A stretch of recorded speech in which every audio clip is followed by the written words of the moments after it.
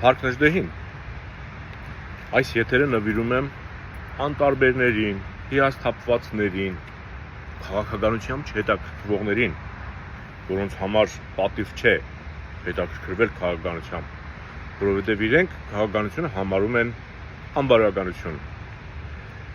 Ես ես ասեմ, որ քաղաքականությունը անբարոյականություն չէ, ուղղակի ինքը դառնում է անբարոյականություն, երբ որ Նիկոլն է զբաղվում կամ Նիկոլա նմանները քաղաքականությամբ։ Հիմա դառնամ բուն մտքին։ Հիմա որ ասում եք ես անտարբեր եմ, ես հիասթափվել եմ, ես զզվում եմ արդեն, մոլորվել եմ, չեմ կողմնորոշվում, ինձ չի հետաքրքրում, քաղաքականությամբ չեմ մի քաղաքականացրեք, հացի խնդիր է գնում, ցույցի ասում եք քաղաքական չի, սա հացի խնդիր է, տրանսպորտի խնդիր է, չգիտեմ կրթության խնդիր է, ճանապարհի խնդիր է,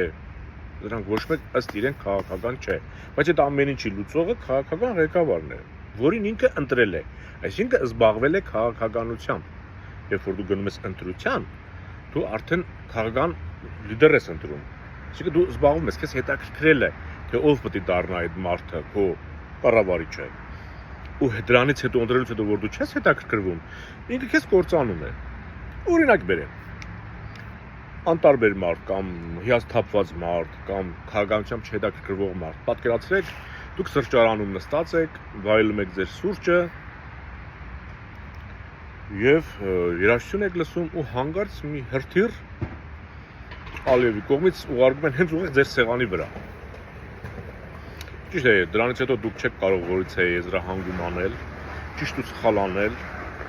ասել եթե ժամանակին զբաղվեի քաղաքականությամբ կամ հետաքրքրվեի ավելի շուտ, տեսնեի Նիկոլի վարած քաղաքականությունը ու նրա հետևանքները, միգուցե փոխեի Նիկոլին եւ այսօր ես իմ սրճարանում հրթիռի հետ համատեղ վերջին սուրճը չխմեի։ Հասկանում եք։ Այդ ժամանակ ձեր հոգին կբարձրանա վերև եւ վերևից կսկսի նայել իրավիճակին եւ կասի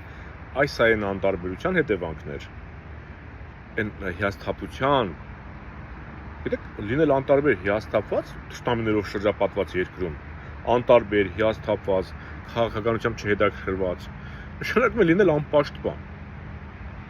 Դուք երբեք չգիտեք ձեր պետության ղեկավարը ձեր բանակը հզորացնում է, թե թուլացնում է։ Դուք տեղյակ չեք։ Դուք չգիտեք ձեր թշնամի հարևանը հզորանում է, թե չէ։ Այդ բալանսը խախտվում է, թե չէ, որովհետև չեք հետաքրքրվում։ Իսկ երբ որ բալանսը խախտվում է, թուրքը անկուշտ արարած է։ Ինքը գալու է եւ քեզ կծի։ Եթե այդպես պրծնես, շատ լավ կլինի, բայց կարող է մի ուրիշ տարբերակ լինի։ Անտարբեր հայ կամ քաղաքականությամբ չհետաքրքրվող հայ կամ հիասթափված հայ, պատկերացրա դու ձեր տանն ես, երեկոյան մտնում եք անկողին, ու այդ ժամանակ ադրբեջանական հատուկ ջոկատայինները կամ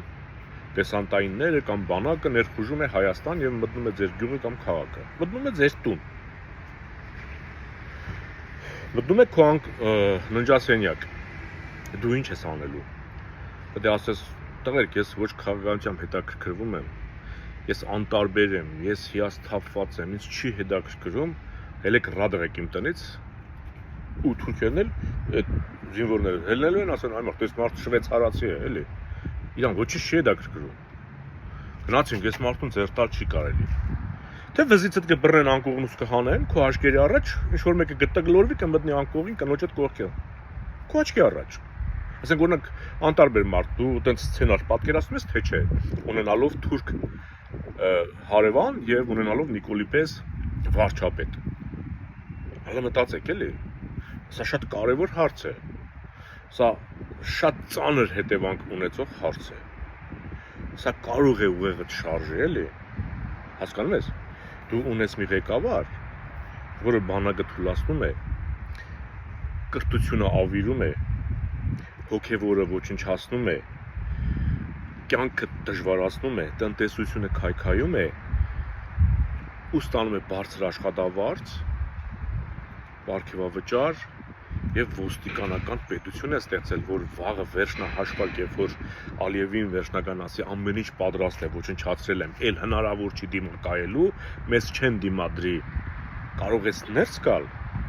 դու հանգարց փորձես մի բան անես, այդ անկողնուցը դուրս գաս դուրս քշես կամ մի բան, ոստիկանը, հայ ոստիկանը, դեբիլը, ապուշը, Ես ուրիշ բան չեմ կարող ասել։ Դες այդ բռնել ասա խելոք տեղը վեր ընկի։ Իսկ մերոնք են եկել։ Որովհետև Նիկոլն է ասել այդպես։